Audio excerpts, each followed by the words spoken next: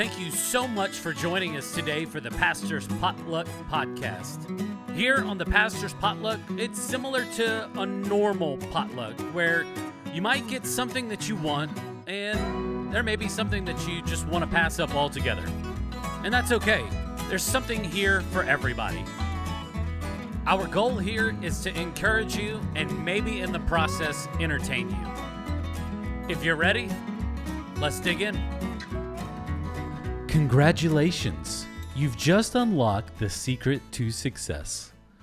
Or at least an hour of delightful distraction.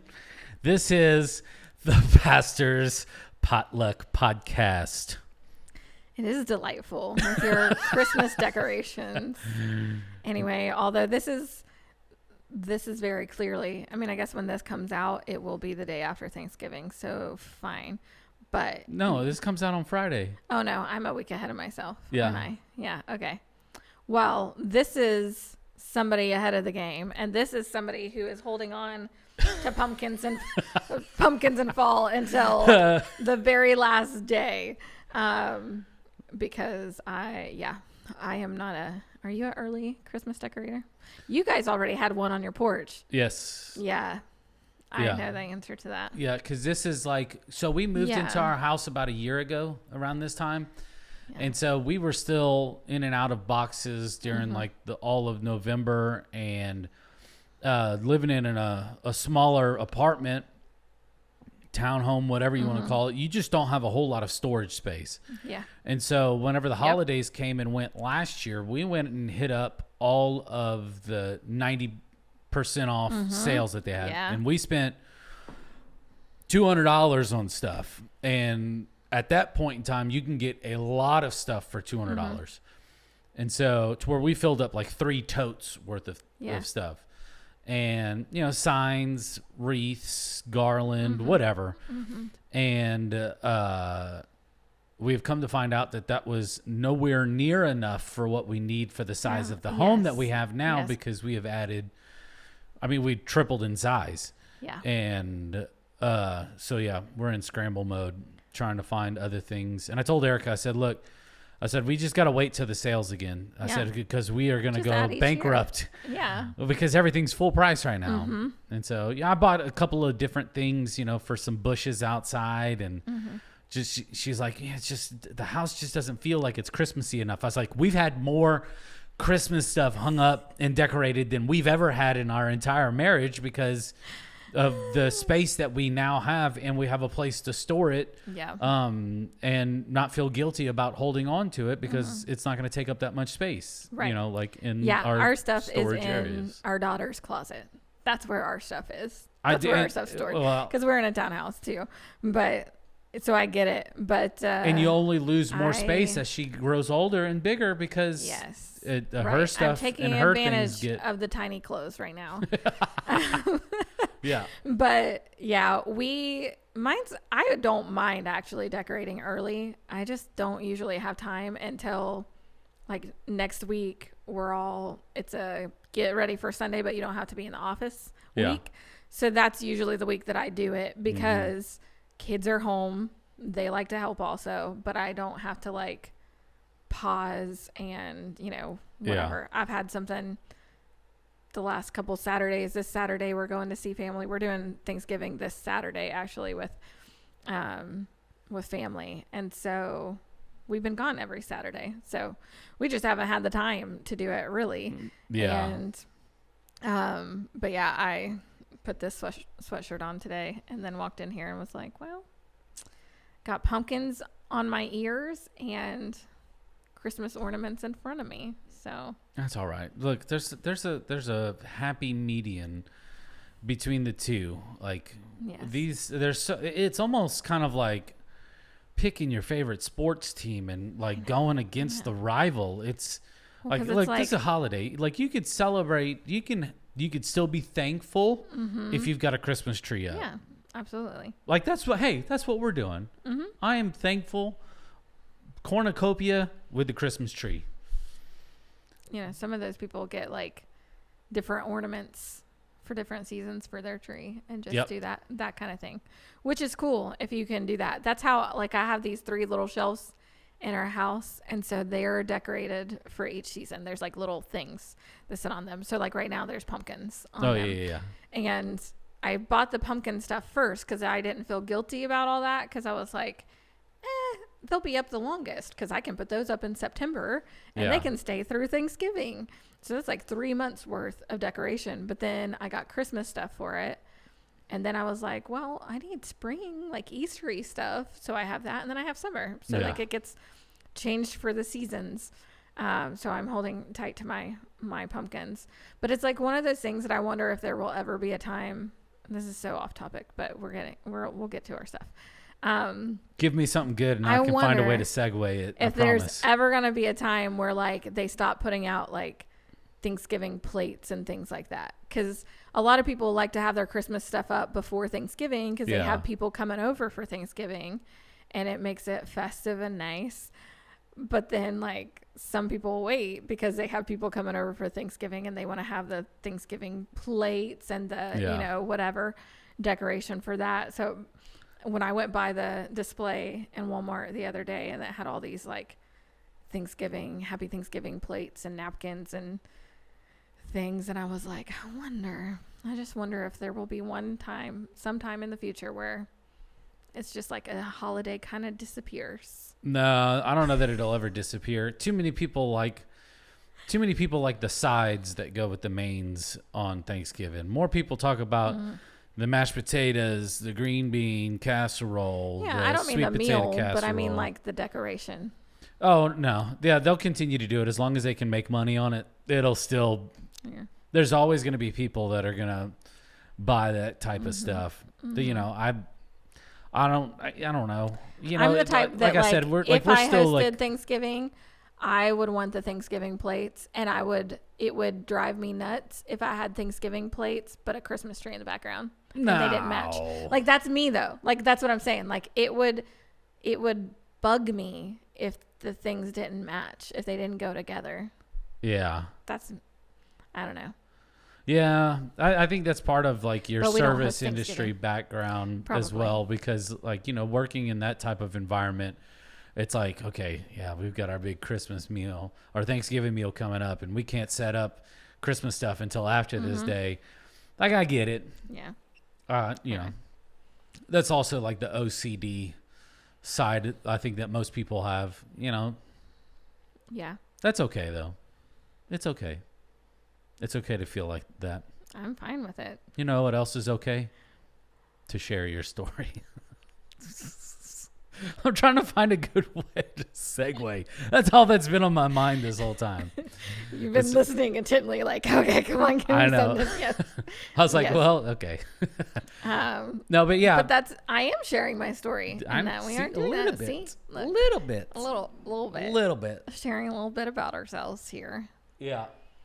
Which is what you do when you share your story. Yeah, so we're going to talk about the importance of evangelism. I think somebody kicks that thing every episode. I just need to glue it down, staple it, or something. And so, but anyways, sorry. It's a little piece of the veneer on this table that's like been kicked off, and it just needs to be re-glued down. Rabbit trails are here again. Anyways, evangelism, sharing our story, talking about Jesus. Yes, it's important because, and you know, we kind of combined these, wanted to talk about this week because last week we talked about our outreach and missions oriented type stuff, and they kind of go hand in hand. Like evangelism is how you connect with people from different backgrounds and different cultures and all of that. Connecting them to God and God's story. And a lot of times it includes your story within that. And so it is very important to keep in mind that when you're doing it, you're not just meeting a need, but you are trying to also find ways to connect with those people that you are meeting those needs for, because we know that the greatest need that anyone has is finding that faith and coming to that faith in Christ. And so I mean, I feel like I was talking to you about this, and I think that we just need to be able to distinguish, first off, like right off the bat, like understand what this term evangelism means. You kind of hit on it a little bit, but we have to dispel some of the myths that are behind the word, because whenever we think of evangelism, we're thinking, all right, you know, like the evangelists that used to go around in the tents and then they, you know, preach the hellfire and brimstone, and I've got to talk for 40 minutes in front of a group of people with a microphone in my hand. Yes. And we think of that, and we don't think of the personal side. Correct. Right? And that's where I think everybody always thinks of that big stage mindset, but we forget that we personally are also kind of charged with this. You know, First Peter 3:15 says that if someone asks about the hope that you have as a believer, that you should always be ready to explain it. Yeah. Always be prepared to give an answer for the hope that you have, right? Yeah. Depending on the version you read, it's worded a little different, but that's the message. Yes, that is the message. Like, if you aren't ready, like if you never put the time to really even think about your story, then you're not ready. Yeah. And I think that's honestly what I believe that why most people struggle with it. Or most people will think, why I can't tell people about Christ. Well, it's because we're forgetting how we came to know him, like what our life was before we knew him, how we came to know and understand that message and gospel of Jesus Christ, and how we put our faith in him, and how he has, like, this is the key, like really the biggest part is how he's impacted your life since. And sometimes for some people, maybe they have struggled because they really don't see a difference afterwards, because they haven't fully surrendered their life.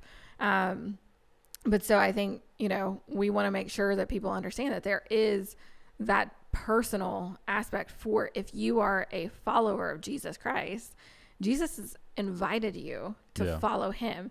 And in following him, you also are sharing in that message that he made a reality. Yeah. Right. You know, Jesus gave us the great commandments, right? Yep. Which is to love the Lord your God with all your heart, soul, and strength, or mind, whichever version you read.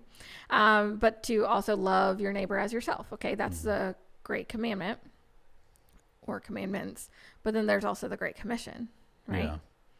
Yeah. And that tells us to go and make disciples, to baptize them in the name of the Father, Son, and Holy Spirit. Yep. And to teach them how to obey God, right? How to do the things that you are now doing. And so there is this aspect that, like, that's for all disciples of Jesus, all followers of Jesus are commanded to do that. It doesn't mean that you're the one that's on the stage. It doesn't mean that you're the one that's going to a third world country. Yeah. But we all interact with people every single day. And the way that you allow God's story to intertwine with yours and share that with those around you is what's going to come into play for how you share your story, or how you can actually be part of that commission. Yeah. And going and doing. And so there's some different stuff that I have. Like, I think it's important to realize that, like, this life that we live, there's two overarching stories, right? Yeah. There is our personal story. Yeah. And that is what God has really custom designed for you. Like, for you to do what he's custom designed and called you as a believer to do. And it can mean that you are in the workplace. It can mean that you're a stay-at-home mom. It can mean that you're a worship pastor or whatever. Yeah. That's part of your personal story. And then also within that, like, the ways that you came to know God. But then there's God's grand story, right? And that is what God calls every believer to do. Yeah.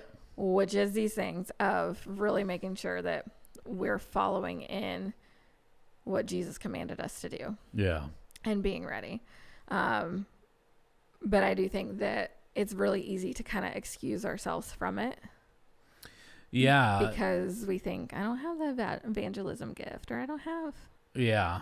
I mean, so many times we think of, I mean, like he says, like you mentioned, like this commission that Jesus has given us is to go into the world and preach the good news, and making disciples and baptizing them. We often confuse the word just preaching with getting up on stage and talking. You know, like it's not necessarily about that. I get where this guy was coming from whenever he said this, but it was a quote by Saint Francis of Assisi. He says, "Preach the gospel at all times, and when necessary, use words." Like, I get what he was saying there, but sometimes whenever we have these incredible moments in our story where God has come in and intervened, you have to use words. Yeah. You have to tell people about like what Jesus has done. Yes. Because like, yeah, your actions may be one way that may get people intrigued, you know, about how you treat other people. But, you know, telling other people about what God has done. Like, you have to use your words. Yes. I get what he was saying, listen, but like, I don't want to poop on that little phrase. No. I mean, what he's saying is he's going back to part of that, the great commandments, right? Within that is that the way that you live, the way you interact and treat people and whatever really matters. Yes, true. But yes, you should also use words, because like, use words. Wow, I think I missed some words there. Use your words, Cheryl. Yes. This is a subject I am passionate about, but also I've talked a lot today, so we'll see what comes out of my mouth. Yeah. But so people often only get like that little snippet with you. Yeah. Right. And like, they're not going to know the fullness of what God can do in their life by just like a tiny little moment of, oh, you smiled at me and let me go before you in the line at the grocery store. Yeah. Or I saw you give that homeless person a shirt or whatever, you know, bottled water, whatever it is. Like, most people probably don't see that, but I think part of it is also realizing that there is value in your story, the verbal part of your story. Like, there is a great value in that. And cause sometimes like I've heard people say, oh, which I think you said it on one of your podcasts, like, did you have some time building your testimony, or did you know? Yeah. Some people who haven't had moments where that time period where they maybe weren't living right or whatever, like for the believer who comes to know God as a young kid and has faithfully followed God their whole life, and like, you know, whatever, they'll think, well, I don't really have a testimony. I don't really have a story to share. I'm like, dude, no, wait, time out. Yes, you do. Yes, we're like, because what? You said no to all of those things. Yes. My knucklehead couldn't say no. I fell into peer pressure. I fell into addiction. Like, I would gladly swap stories just so my life could be longer, because I know I've done so much damage. I'm like, you have the greatest story because you said yes to Jesus and have followed him in some incredible moments in history where I'm sure that you were like, you know, it'd probably be a lot easier if I wasn't following this whole Jesus. I know. It's crazy. But so I think no matter what your story is, knowing there's value in it. There's value because it's unique. Yeah. Right? Nobody else has a story exactly like yours. Yes, there are other people who have struggled with alcohol. Yeah. Yes, there are other people who struggle with drugs. Yes, there's other people who have faced abuse in all different ways, like, and struggled with things as a kid. Yes, but your story is completely unique. The way that God has weaved together those experiences and all of that are completely unique to you. Yes. And you don't know how that, like, any part of your unique story may uniquely align with helping somebody else. Like, yes. Another is that it is personal, right? Like, it's an individual thing. You know, had your time where you didn't come to Christ until later on, right? Like, I came to know Jesus as a young child, but I still had a moment as a young adult where I doubted things, you know? Yeah. And so it is personal, like every way, like, and it's still just as much effective, or, you know what I mean? Just, whether it's early on or late in life or whatever, it's still faith and it's still part of your story. And it's different for everybody. Yeah. Somebody could have gone through the stuff that I went through and had come to know Jesus as a young child like me, and would have stayed faithful during that whole time and wouldn't have had those few years. I call them my Jonah years, like when I ran because I doubted that I could do the things, or I didn't want to do the things or whatever. Yeah. And so like it's personal. It's also true. Like there is a lot of truth that you, are the best authority on your story. Yes. Okay. I could tell somebody else, hey, Pastor Jared has overcome this, and this, but I don't know all the details surrounding that. No. I can't speak authoritatively on the way that God really came to convict you, to bring you back to him, to do all, like, I can't do that. Yeah. I am not the best authority in that. Correct. And so and I'm not the best authority on your story because I've heard you talk about it. I didn't live it. I didn't experience it. I didn't understand the lows and the highs fully, completely. And it would be a disservice for me to try to tell your story. Yeah. And I think that, like, I know a lot of preachers do this at times, and they try to tell other people's story within their sermons. And sometimes it works. Other times it's like, yeah, okay, but it's not connecting with me as much. Like, you know what I mean? Yeah. As it would if it was like you telling me a personal story, how you dealt with this or overcame this or felt this piece or like whatever. Yeah. And so, it comes off really as truth, as genuine, as, real. Like, it's memorable. Mm-hmm. Like, people may not remember the exact things, all the things that that Jesus did. They may not be able to tell you all the Romans road or like whatever. Yeah. But when you share your story of how God spoke to you, or how God came to you, how he, made you realize that you were in need of a savior and all of that, like, that is memorable to somebody in such a way that, like, you talk about what Jesus has done, and the emphasis is on Jesus, but it is also like something that they can, the next one is like relatable or relational, it is also something that they can relate to in a way. Cause that's like, there's this moment of vulnerability that happens. And I think that anytime that you are having a conversation with someone and you are sharing something vulnerable, to where you're like, oh yeah, I was at the bottom, my feet were stuck. I wasn't moving, progressing in life. I was bound by all these things that were holding me back. And then at this crazy moment in time in history where I found myself at the right place at the right time, to where I felt something had to change, and where I was at just fully played into it. And I felt God come and just like lift these things off of my shoulders.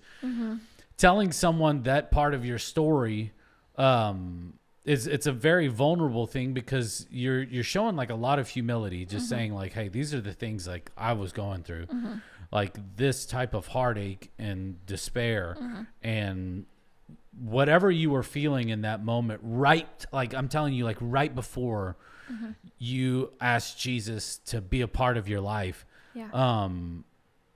Like that's a crazy moment in history, because that's like right whenever things have a possibility of going one way or another way. Yeah. You're talking about like, yes like to that's eternity. Like the climax of the story, right? Yes. Like this is where the payoff is gonna happen. Yeah. But being open and showing that side of humility. I don't know anybody that I have met personally that is having like a one-on-one conversation with someone that doesn't feel like they are drawn in to this part of your story or to any story. Yeah. But that's the thing is like, I'm going to remember that I may not remember the exact scripture you used. Yeah. Okay. And that's not to deny the power of scripture. That's not what I'm saying. But that's why like a lot of scripture is a narrative text, because also this is how it was passed down for many years. Like it was done in like a story form, a narrative type form, where you could easily retell it. Yeah. Right. And so that's why like some of the best stories of the Bible are in those narrative story moments, because they're more memorable. Like it's easier to remember that than it might be to remember like some long dialogue of Paul that is saying all this stuff about, when he gets into the deep theological things. Like that's a little harder for some people to remember or retain, but they might be able to remember. Like my kids, on just 2 nights ago, we were talking, and somehow I don't even know how we on it. Maybe I said I had to preach this Sunday, and Carter was like, "What's it mean to preach?" And I said, so I told him, and he goes, "So like what Pastor Jess does with us, with the kids?" And I said, "Well, kinda." I said, "But what she does is a little bit more teaching." And he says, "What's the difference?" And so I'm trying to explain it to my kids, and I asked them about what they learned on Sunday. And I had no idea what they learned on Sunday. We hadn't actually had that conversation on Sunday yet. Like Sundays are busy because we have groups and everything. But so I hadn't actually asked them yet. So between my 2 oldest, they tell me all about Rahab, right? And the story of Rahab and the spies and how she helped save them and all these things, and how then they kept her safe when they came and attacked and all this, the whole bit, right? And I said, okay. I said, well, what was your main thing that you learned from that story? And Carter said that God can use somebody like me. Yeah. And I said, that's it. Right. So they remembered the story, but they also remembered the main point from that, is that like from that story, they're able to tell me that story, but then say, hey, God used somebody like Rahab, and God can use somebody like me. I said, well, that is a truth. Like that is a truth that you need to take with you and hold with you. I said, oftentimes when we teach, we're teaching knowledge, we're teaching truth. We're trying to get you to understand something that's going to follow you and keep with you. I said, but preaching often is in a way that maybe gets you to do something with what you've been taught. Yeah. And so I was like, Sunday, Pastor Scott taught adults, and he told us that we need to submit to God. And Esme's like, is submit a verb, an action verb? I said, yes, it is. And so then I had to explain that. But it was, I'm not sure exactly. There's like a whole slew of emotions that go through your head whenever she says that. You're like, man, she's paying attention in school. Yes. But church is doing really good too. Like, okay. Yes. Yeah. But within that, like, that's so cute. I've asked them at times what they've learned, and it's the times that it's like not so much of a narrative story that they have trouble remembering, because there's something that's just more memorable from a story. And it's the same thing with our personal story. Yeah. It is memorable as well, because yes, we're not continuing to write stories that are going to be added to scripture later, right? Yeah. But because we are carrying Jesus's story along, we are those modern day Moseses and Rahabs and, all of those that come, Jonahs, and we are living that story today. And many people do end up writing it down and putting it in books. But could you imagine being Jonah in Nineveh? He's like, guys, you're not going to believe this. But like literally like a week ago, like I was in a fish, and they're like, what? Tell me more, dude. Smoking? No, that's what they'd say today. Sorry. Yeah. Anyway, so yeah, now you have to worry about that, because people would be like, yeah, you took something, didn't you? Yeah. Anyway, but they're memorable, you know what I mean? And so like, I'm passing on the story that then somebody else could maybe like remember later on, when they come across somebody and they're like, hey, you know what? I know what you're feeling, but I met somebody who was going through something like you, and God showed up and did this in their life. Like it's rememberable and relatable. Yeah. But then it's also like, it's incredibly effective, because a lot of times, because it's memorable, because it's unique and personal and true and all of that, it really hits home. Like every time you share about how God freed you from addiction or whatever, every single lady from Recovery Point and any other person that we have who has gone through that same thing, it's an instant connection to you. Mm-hmm. And because you're connected with God, they're also connecting with God through you. Like, and I think that's the thing that to remember, like, we are not God, like we're not Jesus. Our story's not no greater than his. It's how he has worked through us, and how, because he's worked through us, we have now connected with God. So now, because we're connected with God, we can connect others to God through us, through our story. Yeah. The crazy thing is that it doesn't always have to necessarily be like this big life event that has happened, or something that is just like a really, really, really like big, ginormous elephant in the room, like addiction. It could just be something as simple as like provision. Mm-hmm. Maybe you were $40, short on a bill, and then God put it on somebody else's heart to give you a check for $50 to where you could, put that $40 towards the bill, but here's like an extra $10 to put in the gas tank so you can go pay it. Yep.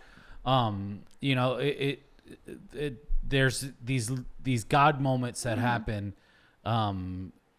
pretty much every single day in our lives, of how we can share with someone about what God has done, what he is doing, with other people, because, and I guess one of the best ways to do that is just pray for the Holy Spirit just to open your eyes to these moments as well, because it's not only the big things that you, that you have to tell, but also the little things as well.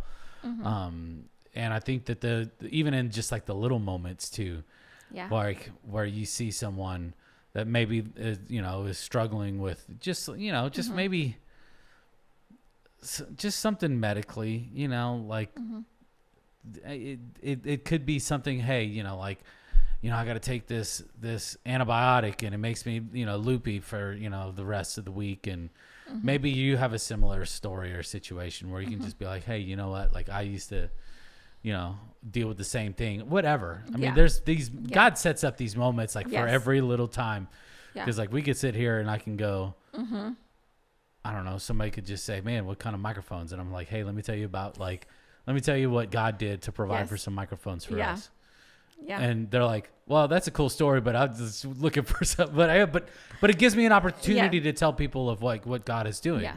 Whether they wanted it or not, I'm going to say it anyways. Yeah. Like, I remember, so our first mission trip, the first out of country one I went on was to Nicaragua. And I remember on that trip, we had like a really long drive back one day, and the ladies in the back somehow asked me a question. It ended up me telling them like my whole story pretty much. Yeah. And at the end of it, one of them looked at me and said, how on earth are you here? And I said, God.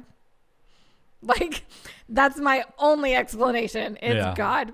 Because, and then I was able to share like some of those key moments of how God had shown up in those places through all of it.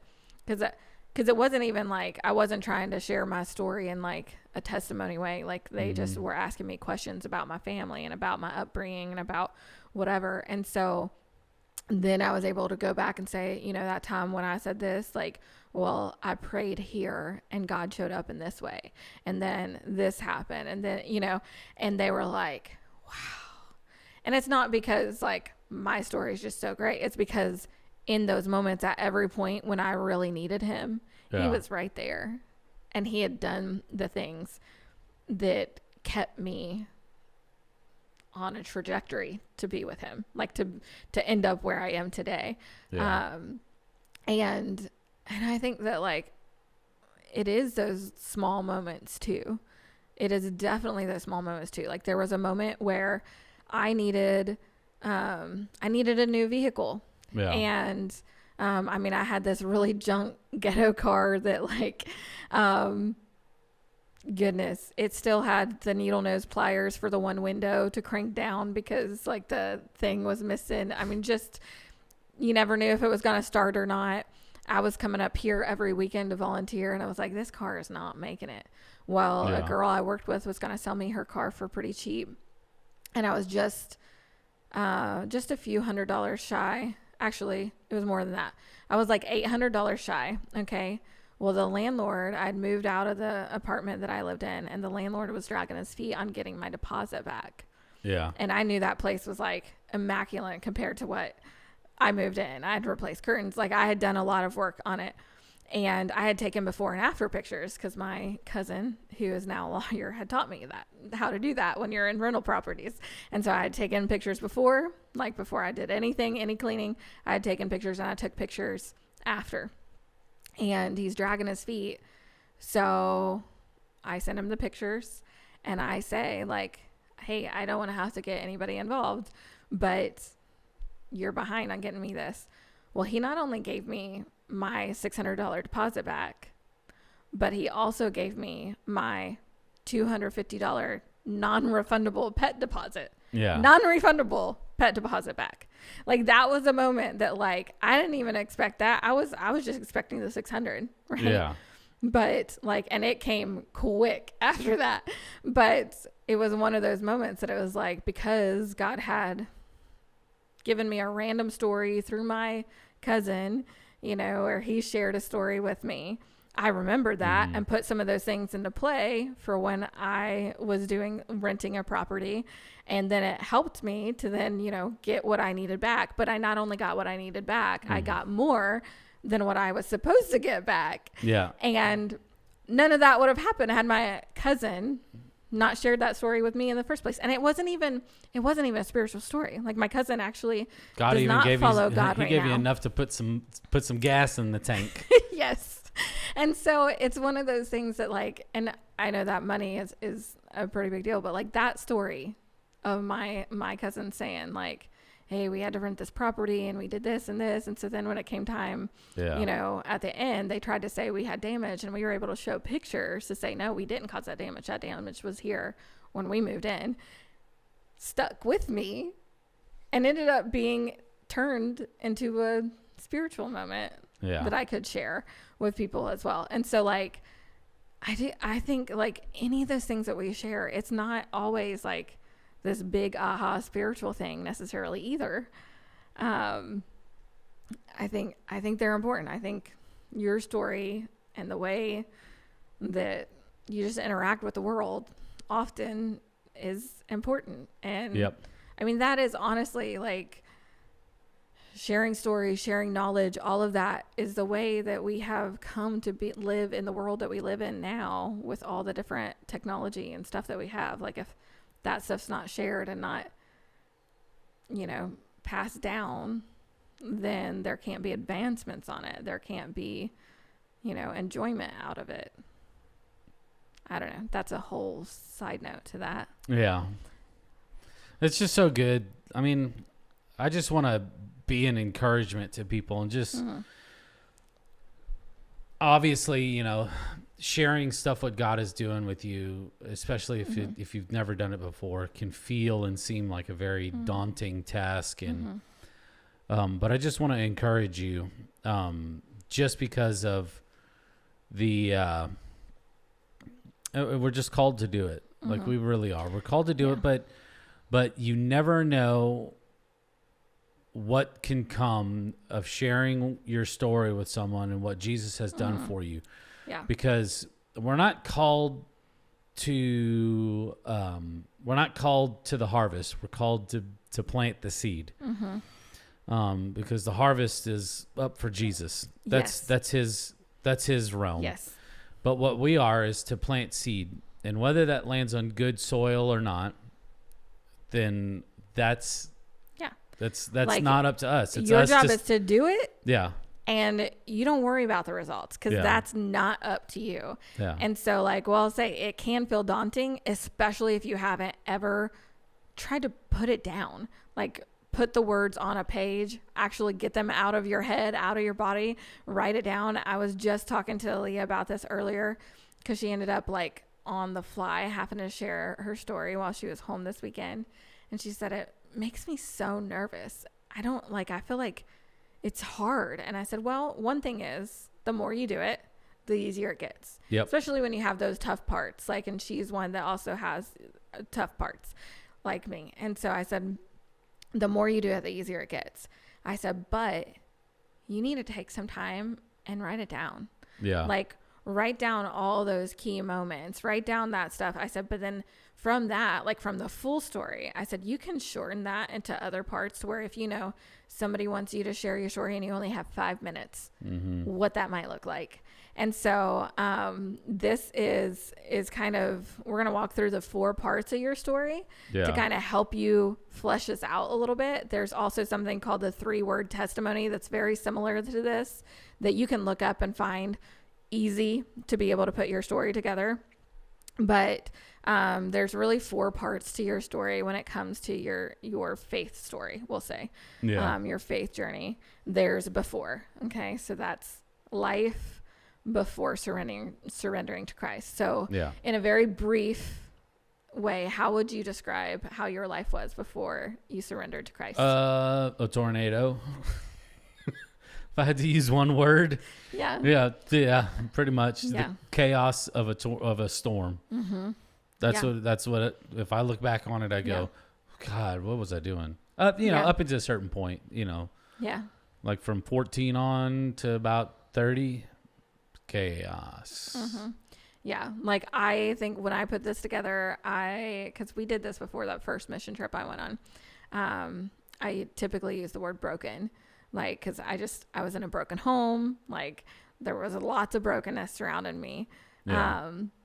And so that's something. And I think a lot of people can feel that, like, they can feel, oh yeah, I know chaos. I know what that feels like. Yeah. I know what brokenness feels like. I know, you could say lonely, you could say, just whatever, like describing your life before Christ, is usually like the simple part on this, I will say. And then the realization. So how you realized that you were in need of Jesus in the first place, like how you realized you were in need of a savior.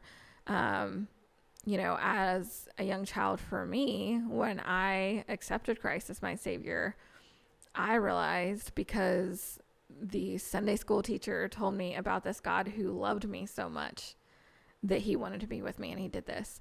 And at that time, I didn't know my dad, right? And so like I'm living in a broken home without a dad who I think doesn't love me enough to be with me, right? I felt like I didn't have much love because of the struggles my mom was going through and things like that. And so like that was like, wait, I've never experienced a love like that. What? Well, I need that in my life. Like at 6-7 years old, I knew that I needed that. Like that was going to be the thing that was going to help me in my life. Yeah. And then there's committed, like how you committed your life to Christ. Or when, where, like there can be, that's not necessarily a word in this part. This is more of I went to church and that's what it looked like for me is like I Erica and I made the decision to like really just start going to church and taking it seriously, and then slowly because of that, then that opened up to being more comfortable to pray around each other, reading the Bible more, asking questions, just getting the knowledge and not being afraid of, looking stupid because I needed the answer to that question. What does this mean in the Bible? What does it mean by this theme? What was the point that's trying to get across? And then that eventually opened up to like, I guess I've got to start giving, and being generous. And then I've got to start, being generous with my time. Like, what does it look like to serve? And trusting God and all of that. And I mean, God, just with basic commitment. Yeah. Look what happened to me. I got called in the ministry. Yeah. Like that's what's crazy. Yeah. Just by showing up, or at least trying to. So. Yeah. And I think like, and I think there are even different moments of this, like where, maybe your initial commitment to Jesus looked like one thing, but then later on you had that commitment where you're like, no, God, I'm gonna serve you and your church. Like, yeah. 'Cause I think for for me as a kid, it looked way different for me as a young adult. Like, as a young adult, when I realized, no, I am worthy of that love, like, because I had such a skewed view of love, and then like things happened after that skewed my view even more. It was hard for me to keep track of that in my head at times, you know what I mean? And so like my period of time where I wasn't living for God, my big struggle was feeling unworthy of God. Like I didn't doubt any of the things that he had done or whatever. I just doubted that I should even be allowed to be a part of that. And really, I am undeserving, but it's knowing that he loves me anyway. Like, you know what I mean? That he did it anyway. That he values me way more than what I realize or that I might put on myself. But so like for me in that moment as a young adult, when I committed, was like, hey, if you still find anything within me like that's worthy, that's good, if you can still use me, then let me know. And he let me know. And so it's different, but like some of that specific like way that God had, like that God showed up and that you made that commitment of where you said, hey, I'm done with this life. Like I've been trying to do it on my own. I've been trying to fill the void with this, like, but I need you to fill that, like whatever that looks like. And that is where I think there's a little bit more meat in a shortened, abridged version of it. Like I think even in the before Christ, I think, you know, sharing a lot of the different circumstances that you were facing, like you say it was like a tornado, like a chaotic storm, right? You were doing a lot of things you shouldn't be doing. Yep. Like, you know, you didn't know what was going to happen always. I think sharing some of those things within that is great. Sometimes in the realization part, there's some conversations that happen leading up to that part where you commit. Like you all had decided you were going to go to church, right? Yeah. That's in your story, but that's not where you committed your life to Christ. Yeah. Like, yeah, you made the decision to go to church, but you hadn't committed your life to Christ, right? Not until you got in church and did this. And so, then the last part is like the difference that, Christ has made in your life since you have committed your life to him. Yeah. Like for me, there are also different segments of that throughout my life. So depending on what emphasis, you know, I need to share with somebody, if I know a little bit about them, I can emphasize on those different parts. Like for as a young child, when I committed my life to Christ, I felt love for the first time. I knew that no matter what went on at home and no matter what I didn't feel at home, I knew there was a God that loved me. Yeah. I knew that. And so that stayed with me. It was like, and I shared this with teens over the weekend. I said, as a young teenager, I had kept the scripture that says that your mother and father may forsake you. The Lord your God will not forsake you, will not abandon you. Yeah. Like that is something I held on to as a teenager because I felt as though I had been kind of abandoned by parents in different ways. And I had to hold on to the fact that no matter what my earthly parents had done or did or how they treated me or whatever, that God had my back. Like that God was with me. Yeah. That God would not leave me. That God loved me still. And I had to hold tight to that thing. And so, you know, for you, like describe the difference that Christ made. Oh, geez. I was kind of, whenever it was funny, because I just like randomly said like a tornado and chaos. But if you ever remember like any of the storm chaser movies and stuff like that, like they're in this very, very chaotic like surroundings, right? Like the perfect storm is always like right around the corner. And there's all these different things, and they always seem to be in the path of destruction, right? Then you find like these little moments to where they're like, oh, we should go here. And then the storm like just is headed toward the house, and they're like, no, we got to go this way. and then they go to someplace else. And so it's like this constant thing that's always chasing you, that's trying to destroy you. And then they finally find the one place where there is true safety, and they find true relief from like the chaos. And then the end of the story is like, we did it. And like, that's like what Jesus feels like. And like the rest of the movie is like, oh, well, you know, you're here too. You're here because like you were here. Like you found this place as well. Like, oh, and that person over there, like that was just barely like crazily introduced at the beginning of the story to where we thought he died, but he didn't really, but he made it to the place of safety too. And then the rest of the like from the last 20 minutes of the movie are just like people are high-fiving each other and like, hey, we found this place of safety.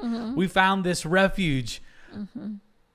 And then the credit starts rolling. Yeah. You know? Yeah. But for us, like the credits don't start rolling until like he comes again, you know, because then that's the rest of eternity. Yes. Like we know what the rest of the story is going to be like.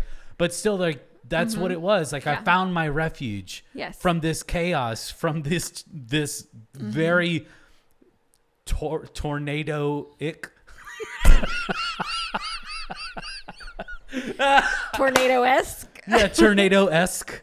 You know, I don't know, but you know, like I found my refuge. Yes. I was trying on my own to find my own places that I knew that I needed to, because if I had just stayed in this place, you know, like tornado's gonna mow me down. Yeah.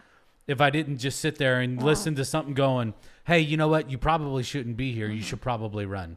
Yeah. And then trying to find another place, and someone, instead of just saying, hey, why don't we just go to the middle school? You know, they got a swimming pool that's been hollowed out and the tornado will just blow over us. And then it just dies down before it even gets to the school anyways. Or they have some stupid contraption that they shoot up into it. I love how far you're taking this. But you know what? I know. Yes. No, but I loved what you were saying. I'm a good and a bad storyteller at the same time. I loved what you were saying, because I think like even without giving specifics, anybody could come into you telling that story and be like, oh yeah, I tried to go to relationships for safety and I couldn't find it there. I tried to go to, to this to numb the pain and I couldn't find it there. Like I think you can insert yourself within that like story that you were sharing. So use the tornado as the analogy. But I'm saying, like, I think that's what it would be funny if you ran into somebody from church and they're at Starbucks and they're like, so this tornado, right? Dude, I would high five they listen to the potluck. Oh my goodness. So I think it's time for some mystery. No, hold on, because I'm going somewhere with this. Sorry. But so I think that, before Christ, we are trying to go to those places for what we need, to those things for what we need. And it's sharing within our stories, like the things you went to, the places you went to, whatever, like for what you need. I tried for a while to find my worth in relationships. It did not work. It was not there. It was not good. Yeah. But once I finally realized my worth didn't come from those things, it didn't come from what other people thought of me, but how God saw me and what God thought of me.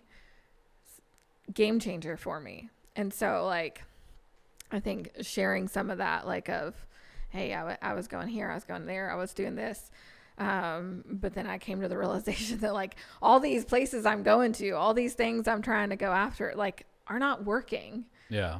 And we got to do something different. Like, so for you and Erica, it was, we got to do something different or we ain't gonna last. Right. Yeah, that was kind of what it was. Yeah. Like 100%. We are not going to make it. We gotta do something drastic. And like, I think that it even says like research shows that there's like 5 key things that typically bring somebody to church, right? And it's like divorce, disaster, some kind of crisis in their life, some kind of whatever, displacement, so some type of move or whatever. There's like 5 Ds. I can't remember them all without looking at them. But I think that's often like when there's some kind of big thing that happens in our lives. Yeah. It's often that time that God uses to help like redirect us, or it can be that thing where he's going, hey, I'm over here, you should come to me. And sometimes will go. Sometimes people take a little bit longer, and that's okay. But I think we are often placed in people's lives in those moments that you don't necessarily know what they're always going through, but being able to share some of what you've gone through, it may be that thing that they need to hear, that they need to know for maybe not in that moment, but maybe in the future where they're like, oh, you know what? This person told me about this, and maybe I need to try that out because I've tried everything else out. Yeah.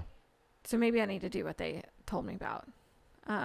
Like I know several people that are like, yeah, so-and-so, like sometimes people will come here and they're like, well, you know, my coworker so-and-so kept telling me I need to try it out. I need to try it, you know, whatever. And then this happened and we finally decided to come try it out. I'm like, so you don't know, like it is that planting the seed of you share your story, you be obedient in that, but fleshing it out, like just taking those 4 parts and kind of putting some words to it of what that looks like.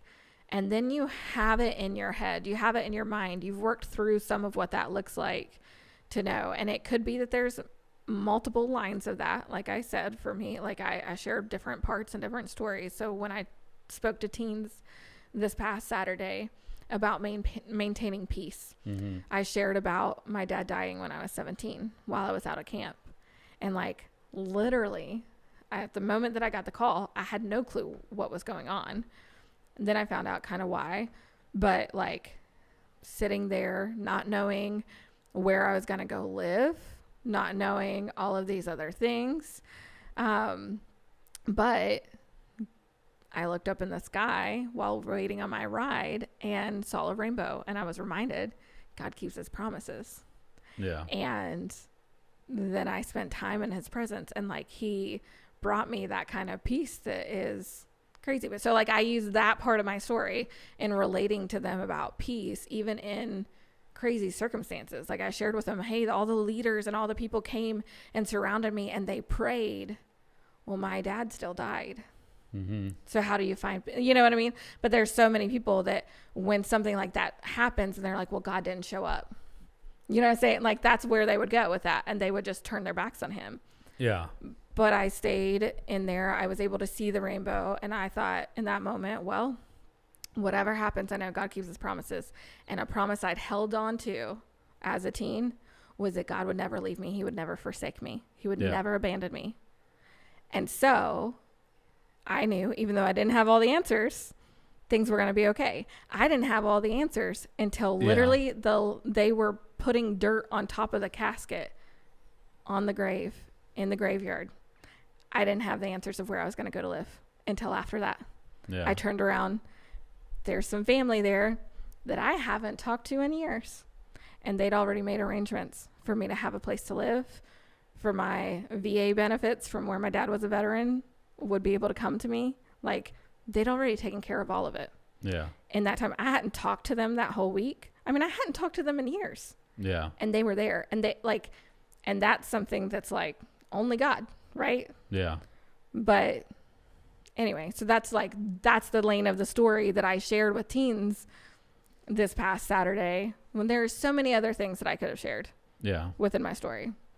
But I think there's like knowing those things within your life, and I think just keeping track of them. Sometimes I just think we've like lost the art of writing things down at times, like keeping track of that stuff. We think we have a wonderful memory, or that we can just come up with things on the fly, and some of us can, but not all of us can. And just the writing it down and keeping a track of it there is literal research that says that when you write stuff down, it triggers a part of your memory that's different than even typing. And this is why a lot of times, like I take notes by writing, because it helps me retain it better. That's why in school, when you were learning how your spelling words, you had to write them out. You had to write them so many times. Yeah. It triggers a part of your memory that's different. So my kids hate that. I know. But now that I know the research behind it, my kids hate me because I told them that it's going to help them. But I know. Alrighty. Time for some mystery meat. I enjoyed this episode. That was good stuff. Share your story. All right. Oh. If you had to eat the same meal at least once a day, what would it be? At least once a day? Yeah. For the rest of your life? Yep. Like if you had to eat breakfast twice a day, or if you had to eat lunch twice a day, or dinner twice a day. Gotcha. But then we can get into the specifics. Oh, yeah. I was going to the specifics immediately. Okay. Yeah. I don't care. I mean, I'll eat breakfast any time of day. I literally the other day kept wondering how late it had to be for me to heat up chili to eat. I was ready to eat it at 10 o'clock in the morning for breakfast. So, but that's not typical breakfast food, though. Nope. That's like lunch. Yeah, I know, but you can't just say, I know. Man, I just would eat breakfast 3 times a day. You know, like steak and baked potatoes, like what normal people eat. Nobody wakes up and goes, I'm ready for a bowl of chili. I know. People say, I want a bowl of cereal or some pancakes or some eggs. Nobody goes, man, hey, babe, can you make me a bowl of chili for breakfast? Just saying. Anyway, if it was the same meal. Read the question again. Confused me. I don't know. Stop. I read it correctly. If you had to eat the same meal at least once a day, what would it be?